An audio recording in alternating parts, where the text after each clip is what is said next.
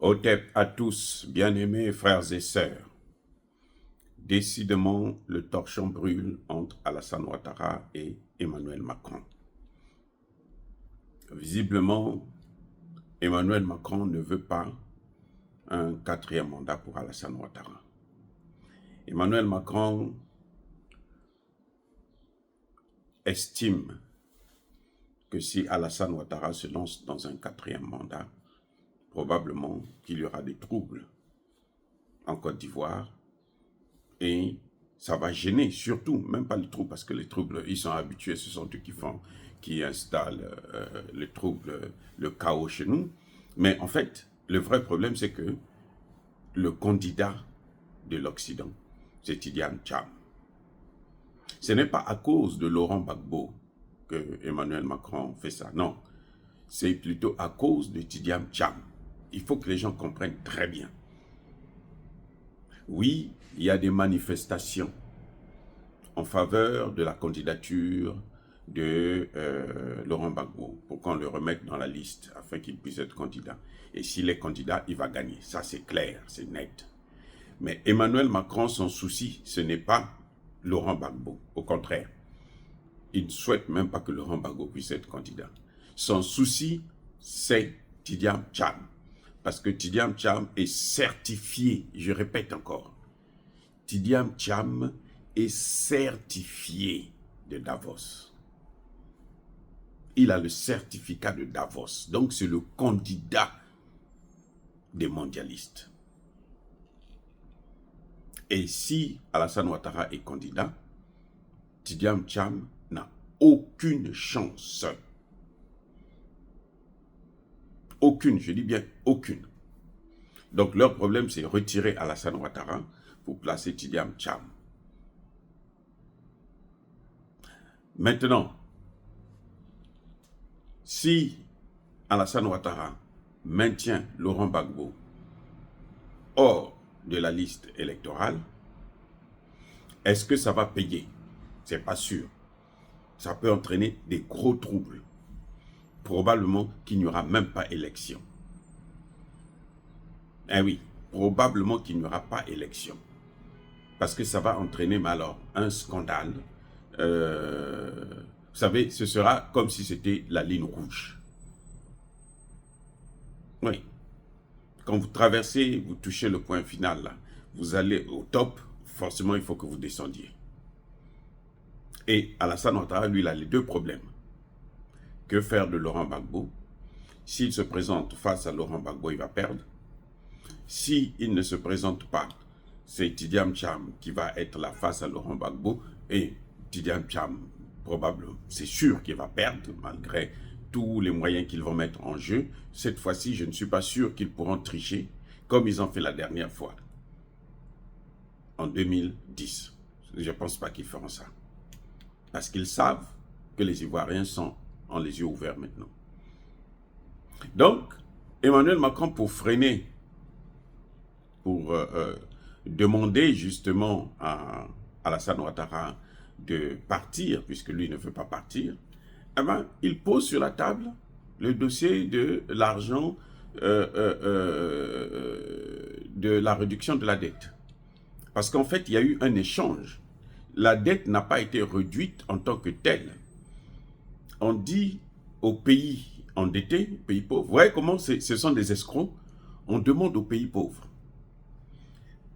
Voilà, vous nous devez tant de milliards. Par exemple, vous nous devez 100 milliards. On annule les 100 milliards de dettes. Mais les 100 milliards là, vous devrez prendre ça, au lieu de nous remettre ça, vous devrez prendre ça, réinvestir, sous notre contrôle. Attendez. Les 100 milliards là, la soi-disant annulation de la dette, qui est passée par ce qu'on appelait les PPT, quoi là, les pays pauvres très endettés. PPTE, voilà. Pays pauvres très endettés.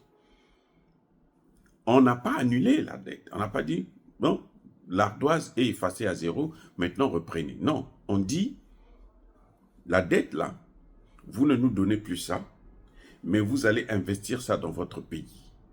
Et vous allez investir ça sous notre contrôle. Donc nous, on va gérer cet argent-là dans l'investissement dans votre pays. Ce qui revient à dire que vous ne faites pas des projets, vous n'élaborez pas des projets que vous voulez pour le développement de vos pays. Vous élaborez des projets que nous vous demandons d'élaborer. Et les entreprises qui vont réaliser ces projets, ce sont nos entreprises. Et nous, on va envoyer nos experts pour venir contrôler votre dette. Une escroquerie, mais incroyable. C'est une escroquerie. Donc maintenant, ces gens-là demandent, puisque la dette, l'annulation a été placée, c'est le FMI qui annule la dette, hein, mais c'est le fonds de développement, fonds d'investissement, quoi, le fonds d'aide au développement français qui contrôle la réalisation justement des projets. Donc ce sont eux qui gèrent encore, d'une manière ou d'une autre, ce sont eux qui gèrent nos pays. Et, entre-temps, pendant que Emmanuel Macron demande des comptes à Alassane Ouattara pour un montant de près de 2,9 milliards, près de 3 milliards d'euros, eh bien, vous avez, entre-temps, les autres pays, le FMI, qui demande à Alassane Ouattara de verser avant 2025 un montant de 10 000 milliards de francs CFA. Donc 3 milliards d'euros plus 10 000 milliards de francs CFA qu'il faut que Alassane Ouattara puisse donner avant la fin de... Il a la corde au cou. Il n'a pas le choix que de céder la place à Tidiane Tcham. Mais quand il cède la place à Tidiane Tcham, il y a une condition. Ce n'est pas seulement dire, bon, moi je me retire. Non. Il faut que le parti, ce que les gens ne disent pas, mais Emmanuel Macron demande aussi au parti d'Alassane Ouattara de soutenir Tidiane Tcham. C'est-à-dire que Alassane Ouattara ne doit pas avoir un candidat de son parti. Son frère, son fils ou je ne sais pas qui ne doit pas se présenter pour donner plus de voix à Tidiane Tcham. Donc, même si Laurent Gbagbo se présente, Laurent Gbagbo aura à faire face à Tidiane Tcham, le RDPS, là, je ne sais pas, le parti de Henri Konan Bédié, plus le parti d'Alassane Ouattara. Donc, la pression qui est en train de se faire sur Alassane Ouattara, c'est celle de 1. Ne pas se présenter, se retirer. 2. Ne pas présenter un candidat. Parce que s'il lui présente un candidat, ben, les chances de Tidiane Tcham sont quasi nulles. Parce que face à Gbagbo, il ne peut pas. Donc, il faut que Alassane Ouattara lui-même aussi puisse soutenir Tidiane Tcham et qu'il puisse demander à son parti, aux militants de son parti, de soutenir Tidiane Tcham. Voilà le vrai problème. Ce n'est pas un problème de la liste électorale. Ils savent que la liste électorale, si on ne fait pas ça, il n'y aura pas élection. Tel que c'est parti en Côte d'Ivoire. Si Laurent Gbagbo n'est pas candidat, il n'est pas réinscrit dans la liste électorale, il n'y aura pas élection. Mais le problème, c'est que s'il y a élection, il faut que Tidiane Tcham puisse l'emporter. Et Tidiane Tcham, pour l'emporter, il faut qu'il ait le soutien. Il faut que Alassane Ouattara se retire et ne présente pas de candidat, qu'il ait le soutien total du parti d'Alassane Ouattara, afin que ce soit les deux grands partis, comme ça s'était passé les années précédentes. Voilà l'enjeu. C'est pour ça que maintenant, il soulève des dossiers d'audit.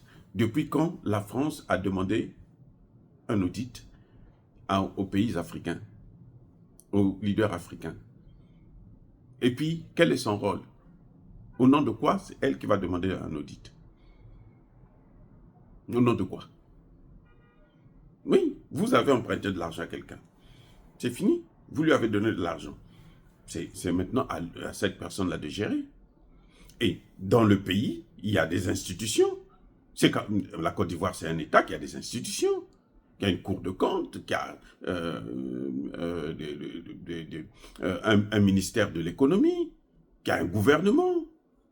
Donc, il y a toutes les institutions qui sont prévues dans un pays pour assurer que l'argent, puisque l'argent passe par la voie légale. Donc, forcément, quand ça arrive dans le pays, toutes les institutions du pays sont informées. Mais c'est parce que ce sont eux qui contrôlaient cet argent. Ils savent là où l'argent est. Ils savent ce qu'ils ont fait de l'argent. La Côte d'Ivoire a été achetée par la France et par les Libanais. À cause de qui? À cause d'eux. Les Libanais, les Marocains, les Français. Ce sont les Marocains qui ont fait partir Laurent Gbagbo. Les Marocains ont beaucoup investi pour le départ de Laurent Gbagbo. C'est pour ça le prix à payer. Donc, ce sont eux qui sont venus, ils achètent des quartiers entiers. Des quartiers, les Marocains, ils achètent des quartiers entiers. C'est pour ça que l'AES, il faut que l'AES puisse savoir que ce soit le Maroc, que ce soit l'Algérie, ce sont des rapaces. Il faut s'éloigner d'eux. Les seuls qui ne viennent pas pour venir occuper, acheter, ils ont des terres, ils ont de l'espace, ce sont les Russes. C'est pour ça qu'ils ont des problèmes, les Russes.